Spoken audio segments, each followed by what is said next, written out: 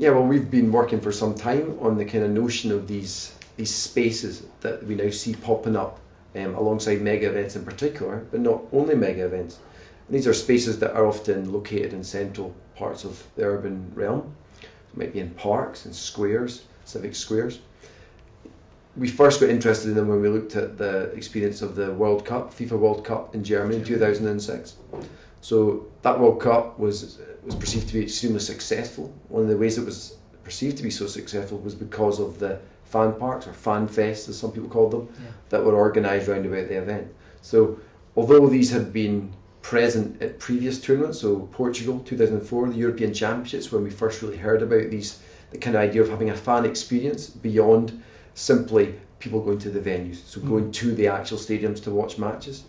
Portugal was the first that really decided to kind of introduce the idea that people could go, ticketless fans could go to actual spaces that were organised, created, designed and hosted by the host city or the host cities, and where ticketless fans could go and enjoy the experience. Yeah, Germany was where it was embedded, really there. Germany is where we saw 10 host cities, so Berlin, the fan mile in Berlin, 1 million people in the streets of Berlin experiencing the fan mile. In Munich, near the old Olympic Stadium, again there was a fan park created there. Kind of some of the features of these are the big screens, so big screens erected, but then much more kind of festive experience. So essentially these were closed, contained, bounded spaces, security in and out of these facilities, and again 13 million people we attended those fan parks in Germany. So we did some ethnographic work specifically focused upon the Munich fan park and the kind of experience of those that were attending, why they were attending, the kind of way they were organised, the kind of way in which these spaces related to the venues, the formal venues, so the kind of spillover effect, if you like, the kind of interactions between these two, and why people were attending, how people behaved and essentially performed, I think, as we've argued, in those spaces. And we see with the World Cup, we see it becoming more formalised. This moves on to basically 2010 in South Africa. We see a similar thing being replicated, London 2012, which is the empirical focus of this paper for us. When we did our work in Germany 2006 at the FIFA World Cup, a few people had been in event and in these spaces in particular, the relatively new spaces, to actually kind of encounter and observe and participate within those events, because these were still seen at that time, I think, ancillary events.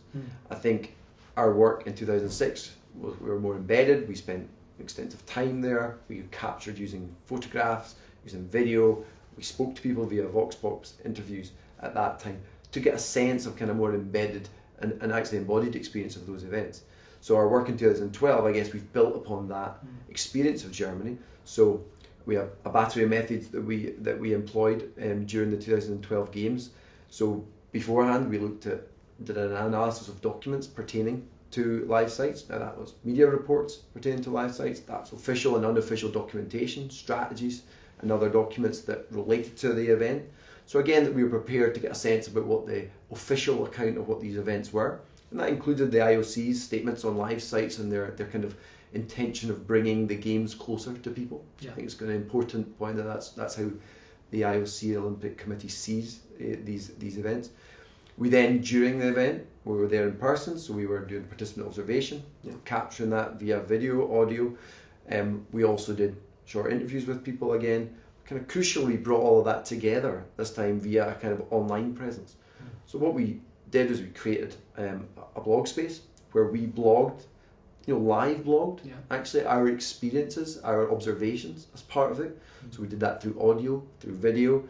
You can find that on the blog space that we created about research in live zones. The other thing that we did is that we then also created a social media profile. So we had live site social media environment where we kind of crowdsourced the research itself.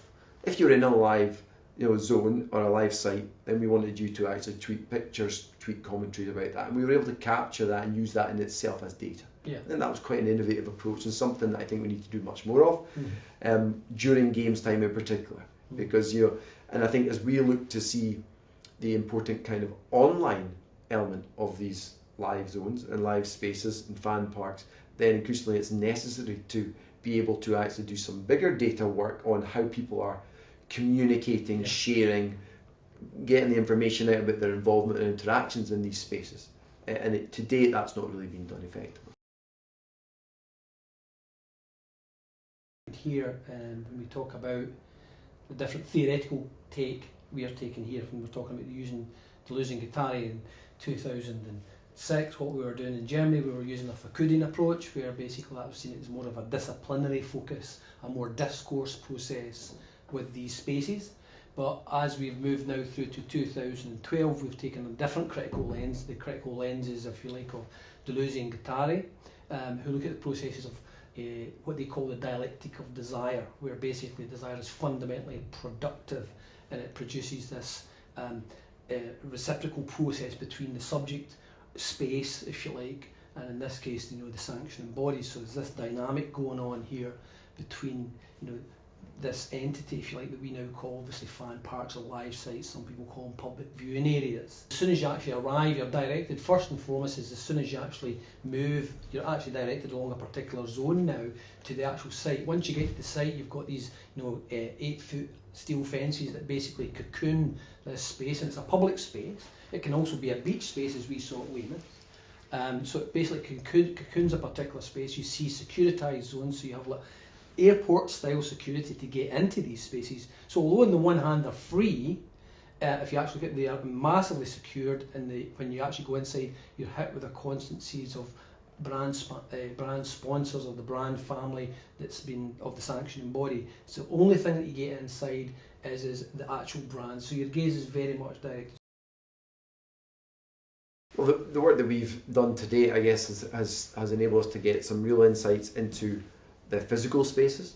So the physical spaces of the live sites and those spaces outside of the live sites in the urban environment more generally. What we haven't yet been able to get real access into is this, what we might describe as the third space, the online space, where we believe you'll find that the kind of resistance, or we might describe lines of flight, taking place. But that requires us to do some concerted and systematic work that actually kind of gets a sense of, well, what is the level of activity online, whether it's via the blogs environments or whether it's social media in particular, and how are people using that spaces, how are brand partners using the space to activate, to animate their brand, and we know they are doing that pretty successfully and intensely, versus how are the public in the widest sense using that, whether it's to resist or whether it's actually to I guess create an alternative narrative round about their experience of the Olympic Games, for example. So that's the space that we really need to do more work on. That's where we need new methodologies to be put in place, because that's where it can be a really rich territory, where actually out with the physical space that we've described in our live zones work.